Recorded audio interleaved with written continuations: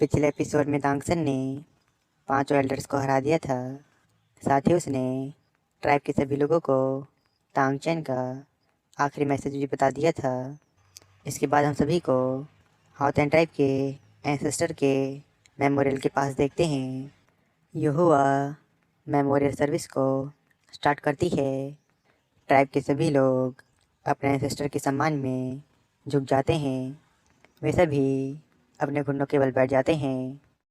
Second Elder कहते हैं, आज यहाँ पर हाउतेन सेक्ट के सभी डिसिपल्स एकत्रित हुए हैं। हम एंसेस्टर्स को 2 बातें बताना चाहते हैं। इस सेक्ट के एल्डर और चीफ ने वोट करके तांग हाउ को हाउतेन ट्राइब का नया चीफ एल्डर नियुक्त करते हैं। दूसरा, बहुत लंबे समय से हमारा सेक्ट एकांत में रहा है। लोग धीरे धीरे हाउतेन सेक्ट को भूलते जा रहे हैं। वे हैमर मार्शल स्प्रिट और हाउतेन सेक्ट को भूलते जा रहे हैं। वे दुनिया के नंबर 1 सेक्ट को भूलते जा रहे हैं। हाउतेन सेक्ट को तांगसन के रूप में एक नया सितारा मिल गया है। अब समय आ गया है कि हम सोल मास्टर वर्ल्ड में वापस लौटे और हाउतेन सेक्ट की ग्लोरी को रिस्टोर करें। इतना कहने के बाद सभी एल्डर्स एक एक करके अपने एंसेस्टर्स के कब्र के पास जलती हुई अगरबत्तियां लगाते हैं। इसके बाद युहुआ सलामी की रस्म को शुरू करती है। पहली सलामी में हाउतेन सेक्ट के सभी मेंबर्स एंसेस्टर्स के आगे अपना माथा टेकते हैं और कहते हैं, एंसेस्टर आप हमें ब्लेसिंग दीजिए। पहली सलामी देने के बाद ट्राइब चीफ कहते हैं, एंसेस्टर्स मैं फादर्स की विशेष को पूरा करूंगा और हाउतेन ट्राइब को उसकी फॉर्मर ग्लोरी वापस दिलाऊंगा। इसके बाद सभी दूसरी बार एंसेस्टर्स को सलामी देते हैं। तांग हाउ कहता है, एंसेस्टर्स मैं हाउतेन ट्राइब को उसकी ग्लोरी को वापस दिलाने में फादर और बिग ब्रदर की हेल्प करूंगा। इसके बाद सभी तीसरी बार एंसेस्टर्स को सलामी देते हैं। जिसके बाद यह सेरेमनी पूरी हो जाती है। तांग शाओ तांगसन को अपने साथ चलने कहते हैं। इसके बाद हम तांग शाओ तांगसन को देखते हैं। तांग शाओ तांगसन को सीनियर लॉको द्वारा बनाए गए हिडन वेपन्स को देते हैं। वो हिडन वेपन एक सूटकेस के अंदर में थे। तांगसन इसे ओपन करता है। सीनियर लॉको ने पिक ऑफ प्लम और एंग्री बुद्धा लोटस को बना दिया था। यह देखकर तांगसन बहुत खुश होता है और तांग शाओ से सीनियर लोगों के बारे में पूछता है। तांग शाओ उदास हो जाते हैं। वे तांगसन को बताते हैं, सीनियर लोगों अब हमारे बीच नहीं हैं। तांग शाओ की बात सुनकर तांगसन की खुशी दुख में बदल जाती है। तांग शाओ बीती हुई बातों को याद करते हैं और तांगसन को बताते हैं, सीनियर लोगों दिन रात काम करते थे। वे हर समय हिडन वेपन्स बनाने के काम में लगे रहते थे। वे अपने काम में इतने बिजी हो गए थे कि उन्होंने खाना पीना छोड़ दिया था। लगातार काम करने और हर समय आग के करीब रहने से उनकी सेहत भी ख़राब हो रही थी। बहुत प्रयास करने के बाद भी वे हिडन वेपन्स के पार्ट्स को असेंबल नहीं कर पा रहे थे। लेकिन तभी एक दिन अचानक उनके मुंह से खून निकलकर पास पड़े हुए एंग्री बुद्धा लोटस के पुर्जों पर पड़ती है, जिससे एंग्री बुद्धा लोटस का एक पार्ट एक्टिवेट हो जाता है। यह देखकर सीनियर लोगों अपना ब्लड और अपनी सोल पावर उस पुर्जे में ट्रांसफ़र करने लगे, जिससे एंग्री बुद्धा लोटस के बाकी के पार्ट्स असेंबल होने लगते हैं। यह देखकर सीनियर लोगों बहुत खुश हुए थे। उनके सालों की मेहनत अब रंग ला रही थी। वे समझ गए थे कि इन टॉप क्लास वेपन को किस तरह एक्टिवेट करना है। इसके बाद उन्होंने सभी हिडन वेपन के पार्ट्स को इकट्ठा किया, जिसके बाद उन्होंने खुद को जलती हुई भट्टी में झोंक दिया। इससे पहले कि तांग शाओ उन्हें रोक पाते, सीनियर लोगों खुद को सेक्रीफाइस कर चुके थे। सीनियर लोगों के ब्लड और उनकी सोल पावर के कारण ही सभी हिडन वेपन्स बनकर तैयार हो पाए। सीनियर लोगों के सेक्रीफाइस की वजह से वे माइटी हिडन वेपन्स बनकर तैयार हो गए। तांगसों की बात सुनकर तांगसों की आंखों में आंसू हो जाते हैं। वह दुखी मन से कहता है, सीनियर लोगों ने स्टॉर्म पियर ब्लिसमिडल को बनाने का अपने जीवन का लक्ष्य रखा था, यहाँ तक कि उन्होंने अपनी ज़िंदगी को भी न्यौछावर कर दिया। उनका यह दृढ़ संकल्प वास्तव में उन्हें गॉड ऑफ ऑनर स्मिथ के उपाधि के लायक बनाता है। इसके बाद तांगसन उन सभी वेपन्स को सीनियर लोगों को समर्पित करता है। इसके बाद तांगशो तांगसन से कहते हैं, सीनियर लोगों तांगलन में से एक थे, इसलिए तुम्हें उनके फाइनल वर्क को वहीं ले जाना चाहिए। तांगसन तांगशो की बात मान जाता है। वह शव को लेकर तांगलन पहुंच जाता है। तांगलन के अंदर एल्डर टाइटन और तांगलन के डिसिपल थे। वहाँ पर सीनियर लोगों के 2 डिसाइपल्स भी मौजूद थे। तांगसन आगे बढ़ता और कहता है, सीनियर लोगों आपने जो पीछे छोड़ा है वह हमें मिल गया है। तांगसन की यह बात सुनकर सीनियर लोगों के डिसिपल समझ जाते हैं कि उनके मास्टर अब उनके बीच नहीं हैं। इसके बाद तांगसन उस मेटल बॉक्स को ओपन करता है, जिसके अंदर से हिडन वेपन्स के पार्ट्स निकलकर अपने आप असेंबल हो जाते हैं। तांगसन एक स्टॉर्म पियर ब्लिसमिडल को उठाता है। स्टॉर्म पियर ब्लिसमिडल को देख टाइटन तांगसन से पूछते हैं, आखिर लोगों के बनाए गए स्टॉर्म पियर ब्लिसमिडल के अंदर सिंगल नीडल क्यों नहीं है? जिस पर तांगसन कहता है, जब मैंने पहली बार इसे ओपन किया था तब मेरे दिमाग में भी यही सवाल आया था, लेकिन जब मैंने सीनियर लोगों के एडिटेड टेक्निकल ड्राइंग को पढ़ा तब मैं उनके ट्रू इंटेंशन को समझ पाया। सीनियर लोगों ने हमारे लिए अपना सबसे बेहतरीन काम छोड़ा है। तांगसन सभी को स्टॉर्म पियर ब्लिसमिडल का डेमो दिखाते हुए कहता है, स्टॉर्म पियर ब्लिसमिडल का डिज़ाइन बहुत यूनिक है। यह 1 सेकंड के अंदर एक्सप्लोसिव फोर्स को क्रिएट कर सकता है। मेरे ओरिजिनल आइडिया के अनुसार यह लेवल 50 के नीचे के सोल मास्टर्स को अपने एक स्ट्राइक से आसानी से ख़त्म कर सकता है, लेकिन इसे सिर्फ एक बार ही यूज़ किया जा सकता है, यानी कि इसे फिर से रिलोड नहीं किया जा सकता। जब 27 सिल्वर नीडल एक साथ एनिमी पर शूट होगा तो बस खून ही खून बहेगा।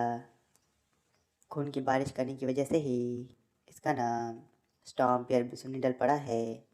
ओरिजिनल स्टॉर्म पियर ब्लिसमिडल के अंदर सिर्फ 27 नीडल होती हैं, लेकिन सीनियर लोगों के बनाए हुए इस वर्जन के अंदर 49 नीडल हैं।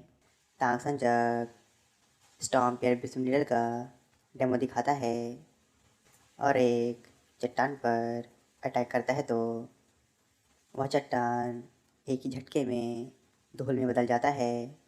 स्टॉर्म पियर ब्लिसमिडल की पावर देख आसपास के सभी लोग बहुत ज़्यादा शॉक हो जाते हैं। एल्डर टाइटन कहते हैं, लोगों ने इसकी पावर को लगभग डबल कर दिया है।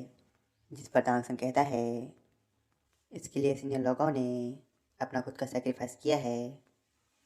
उन्होंने नीडल्स की शार्पनेस को एक्टिवेट करने के लिए अपने खुद के ब्लड का यूज़ किया है। सोल पावर से एक्टिवेट होने वाला हिडन वेपन और ज़्यादा फ्लेक्सिबल स्टॉर्म पियर ब्लिसमिडल बनाता है। सीनियर लोगों द्वारा बनाया गया हिडन वेपन इस पूरे सोल वर्ल्ड को शेक करने के लिए काफ़ी है। इसके बाद साइलॉन्ग आगे आता है और अपने मास्टर को इतना अद्भुत हथियार बनाने के लिए धन्यवाद करता है। इसके बाद सभी पढ़ लेते और कहते हैं, गॉड ऑफ आयरन स्मिथ के विजडम को हमेशा याद किया जाएगा। तभी वहाँ पर हॉल ऑफ एजिलिटी की एक डिसिपल आती है, जो कि अपने साथ फ्रंट लाइन से अर्जेंट न्यूज़ लेकर आई थी। एल्डर बाई है, उसे न्यूज़ पूछते हैं। वह डिसिपल बताती है, योर मैजेस्टी अब मार्शल एम्पायर के साथ आखिरी निर्णायक लड़ाई लड़ना चाहते हैं। वे खुद 10 लाख की सेना लेकर मार्शल एम्पायर पर अटैक करेंगे। उन्होंने तांग आर्मी को इकट्ठा करके फ्रंट लाइन पर असिस्टेंट प्रोवाइड करने कहा है, क्योंकि मार्शल एम्पायर ने हमारी यूनियन आर्मी के अगेंस्ट साजिश रची है और उन्होंने जिंगला एम्पायर को रिट्रीट करने पर फोर्स कर दिया है।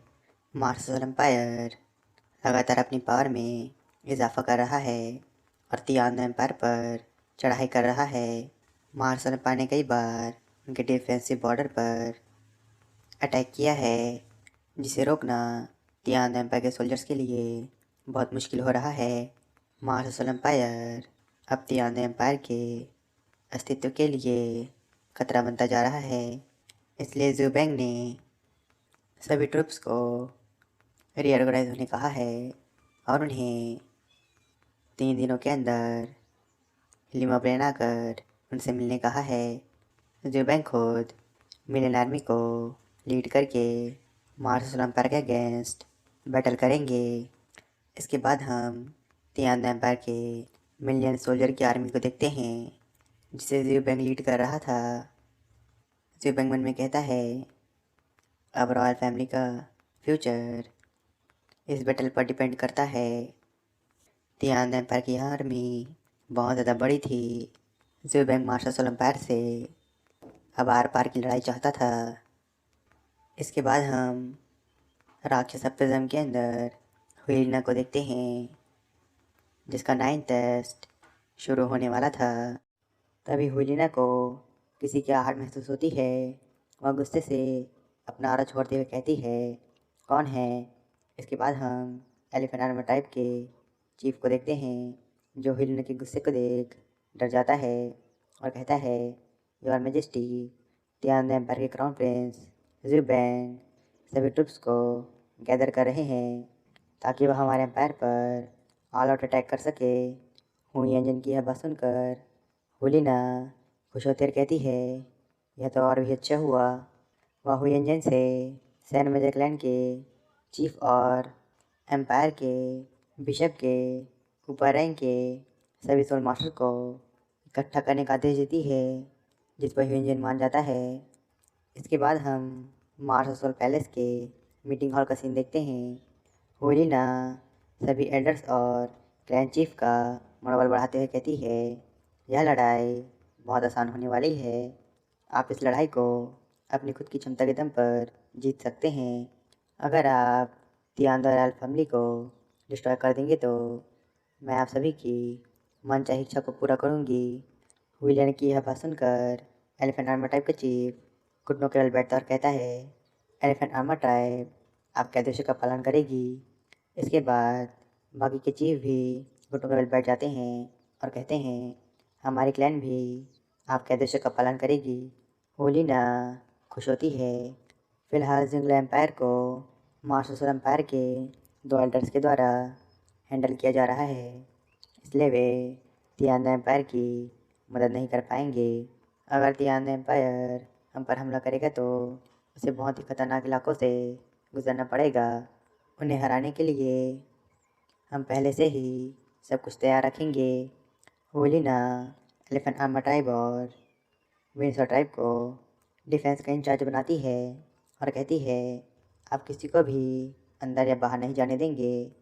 इसके बाद होलिना secret dragon tribe, fire panther tribe, स्टिनबुक ट्राइब और हॉर्नेट क्लैन को अपने ट्रूप्स रेडी करने कहती है और सभी को चार्जर के ग्रुप में बांटने कहती है। होलिना ने इन चारों क्लैन को फ्रंट लाइन की जिम्मेदारी सौंपी थी। होलिना के आदेश को सभी क्लैन चीफ मान लेते हैं। सभी क्लैन चीफ होलिना के आदेश मान जाते हैं और मीटिंग हॉल से बाहर चले जाते हैं। अब बस हॉर्नेट क्लैन बची थी, जिन्हें कोई आदेश नहीं मिला था। होलिना कहती है, हॉर्नेट क्लैन के मेंबर्स छोटा और फुर्तीला होता है। वह हॉर्नेट क्लैन के चीफ को अपने क्लैन से एक टीम बनाकर तियान एम्पायर की ओर जाने वाले रास्तों का पता लगा सके, ताकि हमें दुश्मन की सही लोकेशन का पता चल पाए। हॉर्नेट क्लैन की चीफ मान जाती है। इसके बाद हुलिना हॉर्नेट क्लैन की चीफ से कहती है, मेरा एक और काम है, जिसे पूरा करने के लिए मुझे हॉर्नेट क्लैन की हेल्प चाहिए। हुई लड़ने की बात सुनकर हॉर्नेट क्लैन की चीफ उन्हें भरोसा दिलाती और कहती है, आप बस मुझे आदेश दीजिए, मैं उसे पूरा करने की पूरी कोशिश करूँगी। होलिना हॉर्नेट क्लैन के चीफ की पॉइजनस नेल को देख उन्हें प्लान बताती है। इसके बाद हम बी और जूकिंग को देखते हैं। जूकिंग बुरी तरह से रिकवर हो गया था। पिछली फाइट में वह इंजर्ड हो गया था, लेकिन उसे कोई सीरियस इंजरीज नहीं आई थी, इसलिए वह पूरी तरह से ठीक हो जाता है। लेकिन फिर भी बिया उसे रेस्ट करने कहती है। जूकिंग स्माइल करता और कहता है, मैं अब पूरी तरह से ठीक हो चुका हूँ। जुबैंग पहले ही रॉयल आर्मी के साथ लीमा प्लेन चला गया है, उसे मेरी ज़रूरत है। बिया कहती है, ठीक है, तो हम साथ में चलते हैं। जूकिंग मान जाता है, जिसके बाद दोनों लीमा प्लेन के लिए निकल जाते हैं। इसके बाद हम तियांद आर्मी के बेस कैंप को देखते हैं, जहाँ पर तियांद आर्मी के सोल्जर्स ट्रेनिंग कर रहे थे, जहाँ पर मोटो उनकी ट्रेनिंग का ज़्यादा ले रहा था। इसके बाद हम चीफ निंग, स्वॉर्ड मास्टर और बोन मास्टर को देखते हैं, जिनके पास निंग रॉन्ग आती है। वो अपने फादर से कहती है, फादर, आप अभी भी के बैम्बा ट्राइब के चीफ हैं, तो फिर आप चीफ की पोजीशन मुझे क्यों दे रहे हैं? चीफ निंग कहते हैं, चीफ निंग के पद पर एक सक्षम व्यक्ति को होना चाहिए। तुम्हारी लीडरशिप के अंदर हमारे किबाम्बा ट्राइब फ्यूचर में जे बैम्बा ट्राइब के नाम से विख्यात होगा और अपनी ग्लोरी को रिस्टोर करेगा। वे बातें कर ही रहे थे, तभी स्वॉर्ड मास्टर को किसी की स्पिरिट पावर सेंस होती है। वे कहते हैं, कोई तेजी से हमारे आर्मी कैंप की तरफ बढ़ रहा है। उनमें से एक की स्पिरिट पावर मुझसे भी ज़्यादा है। स्वॉर्ड मास्टर की बात सुनकर सभी शॉक हो जाते हैं। निंगरावना कहती है, ग्रैंड प्लस स्वॉर्ड की स्पिरिट पावर लेवल 97 पर है। इस दुनिया में बहुत कम लोग हैं जिनकी ग्रैंड प्लस स्वॉर्ड जितनी स्पिरिट पावर है। चीफ निंग अंदाज़ा लगाकर कहते हैं, कहीं यह मार्स सोल एम्पायर का हाई प्रेस्ट क्यान दोलियो तो नहीं? स्वॉर्ड मास्टर कहते हैं, अगर वह पर्सन क्यान दोलियो है तो मैं पहले उससे भिड़ूंगा। तुम सब यही इंतज़ार करो।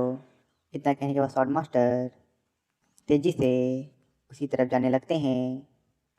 वे मन में कहते हैं, अगर एक लेवल 9 का soul master warden attack troops पर लॉन्च करता है तो इसका इफेक्ट कैटास्ट्रॉफिक होता है। बैटल बस अभी शुरू हुई है। तियांदो आर्मी अभी किसी ही तरह के लॉसेस को सफ़र नहीं कर सकती है।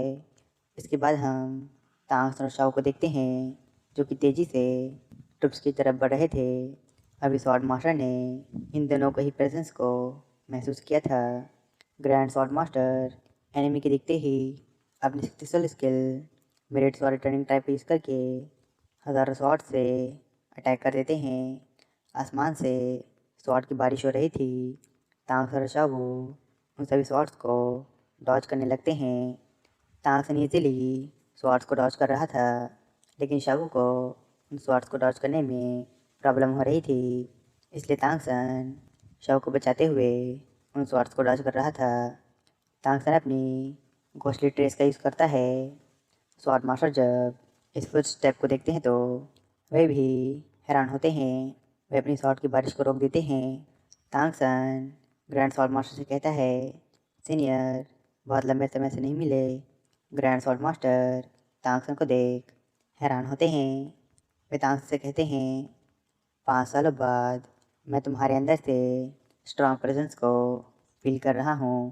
मैंने निंग नॉन्ग से सुना है कि तुमने सी गॉड की इनहेरिटेंस को एक्सेप्ट किया है। तांगसन बताता है, सीनियर, आप जिसे फील कर रहे हैं वह सी गॉड की स्पिरिट है। सी गॉड को सुनकर ग्रैंड स्वॉर्ड मास्टर हैरान होते हैं। वे कहते हैं, जब कोई पर्सन लेवल 100 में ब्रेक थ्रू करता है तब वह गॉड बन जाता है। लेकिन यह दुर्भाग्य है कि मुझे कोई उम्मीद नहीं है कि मैं अपनी लाइफ टाइम में लेवल 100 को अचीव कर पाऊँगा। वेदांत से कहते हैं, तुम यहाँ पर ट्रिप्स को ज्वाइन करने के लिए आए हो। मार्स सोलम्पायर के पास लेवल 99 का हेड फ्लेमन है। चलो मैं देखता हूँ तुम्हारे पास उसे चैलेंज करने की एबिलिटी है या नहीं। तांगसन स्माइल करता है। वह शावू को इशारा करता है, जिसके बाद शावू बैटलफील्ड से दूर हो जाती है। तांगसन ग्रैंड स्वॉर्ड मास्टर के साथ फाइट करने के लिए रेडी हो जाता है। वे दोनों अपने अपने स्पिरिट रिंग बाहर निकाल कर फाइट के लिए रेडी हो जाते हैं। इसके बाद हम आर्मी कैंप के पास डीन और मोटू को देखते हैं, जो कि आपस में बातें कर रहे थे। डीन मोटू से उसके पतले होने का राज पूछते हैं। मोटू अपनी बढ़ाइयाँ करता और कहता है, मैंने इन बीते सालों में हर दिन कड़ी मेहनत की है और हमेशा आपकी टीचिंग्स को याद किया है, जिसकी वजह से मैं कभी सुस्त नहीं पड़ा। मोटू की बात सुनकर डीन मोटू को शेमलेस कहते हैं, क्योंकि मोटू अब भी अपनी बढ़ाइयाँ कर रहा है। तभी उन्हें एक एक्सप्लोजन दिखाई देता है। वे दोनों अपने विंग्स निकाल कर उसी तरफ जाने लगते हैं। इसके बाद हम तांगसन और ग्रैंड स्वॉर्ड मास्टर को देखते हैं, जो कि कॉम्बैट फाइट कर रहे थे। दामुबाई तांगसन को देख खुश हो जाता है और लोग कहती है, यहाँ कुछ तो गड़बड़ है। वे दोनों तांगसन और ग्रैंड स्वॉर्ड मास्टर की फाइट को देखने लगते हैं। तांगसन और ग्रैंड स्वॉर्ड मास्टर के बीच ज़बरदस्त बैटल चल रही थी। ग्रैंड स्वॉर्ड मास्टर की कॉम्बैट एबिलिटी तांगसन से अच्छी थी। वे कॉम्बैट फाइट में तांगसन को सरप्राइज कर देते हैं। तांगसन अपने हैमर से ग्रैंड स्वॉर्ड मास्टर पर अटैक करता है, जिसे ग्रैंड स्वॉर्ड मास्टर अपने आइकॉनिक स्टाइल में डिफ्लेक्ट कर देते हैं। वह हैमर एक पेड़ के पास गिरता है, जहाँ पर निंगरांग खड़ी हुई थी। हैमर बहुत ज़्यादा भारी था, जिस वजह से ज़मीन कांपने लगती है। निंगरांग पेड़ के ऊपर थी, वह गिरने वाली थी, लेकिन ऑस्कर उसे बचा लेता है। ब्रदर सन और ग्रैंडपा स्वॉर्ड क्यों फाइट कर रहे हैं?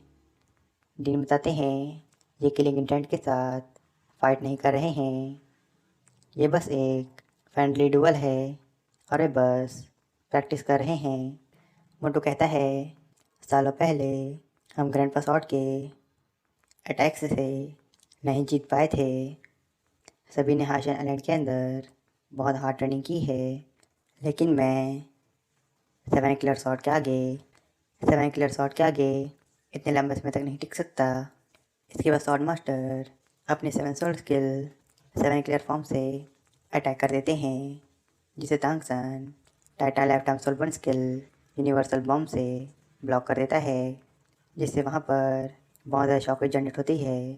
डीन फंडा हैरान होते और कहते हैं, यह कॉन्टिनेंट के सबसे powerful attack type sword master का अटैक था, जिसे सिर्फ सोल वन स्किल से ब्लॉक कर दिया गया है।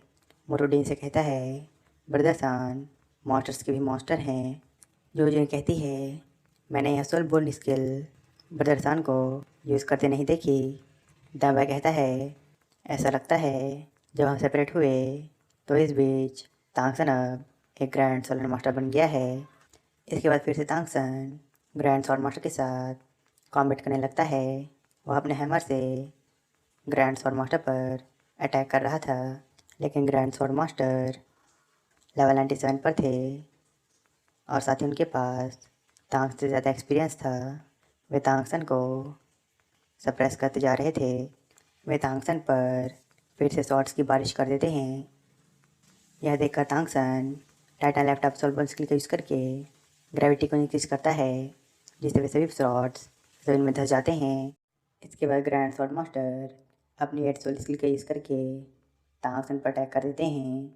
उनका यह अटैक तांगसन के ग्रेविटेशनल फील्ड को डिस्ट्रॉय करते हुए तांगसन की तरफ बढ़ने लगता है, जिसे देखकर तांगसन अपने गॉड किलर डोमेन को रिलीज़ कर देता है और अपनी हाउथियन नैन एक्सट्रीम की ब्रोकन कैरेक्टर का यूज़ करके ग्रैंड पासवर्ड के अटैक पर काउंटर अटैक कर देता है।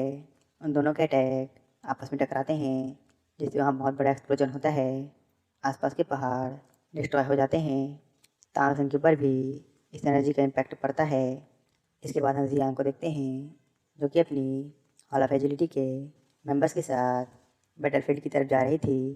ग्रैंड स्वॉर्ड मास्टर कहते हैं, देखकर ऐसा लगता है तुम अब एक ग्रेट सोलन मास्टर नहीं रहे हो। वे सीधे तांगसन के ऊपर अपनी डायन सोल स्किल से अटैक करते हैं। वे अपनी स्किल को एक्टिवेट करने के लिए चैंटिंग करने लगते हैं। भाई लोग, मुझे ग्रैंड स्वॉर्ड मास्टर की चैंटिंग बहुत ज़्यादा पसंद है। ग्रैंड स्वॉर्ड मास्टर अपनी चैंटिंग को पूरा कर लेते हैं, जिसके बाद उनके पीछे बहुत बड़ी स्वॉर्ड अपीयर होती है। तांगसन ग्रैंड स्वॉर्ड मास्टर के इस अटैक को देख बहुत ज़्यादा शौक होता है। वह मन में कहता है, मेरी सोल पावर लेवल 94 पर है। मेरे और ग्रैंड स्वॉर्ड के बीच 3 लेवल का गैप है।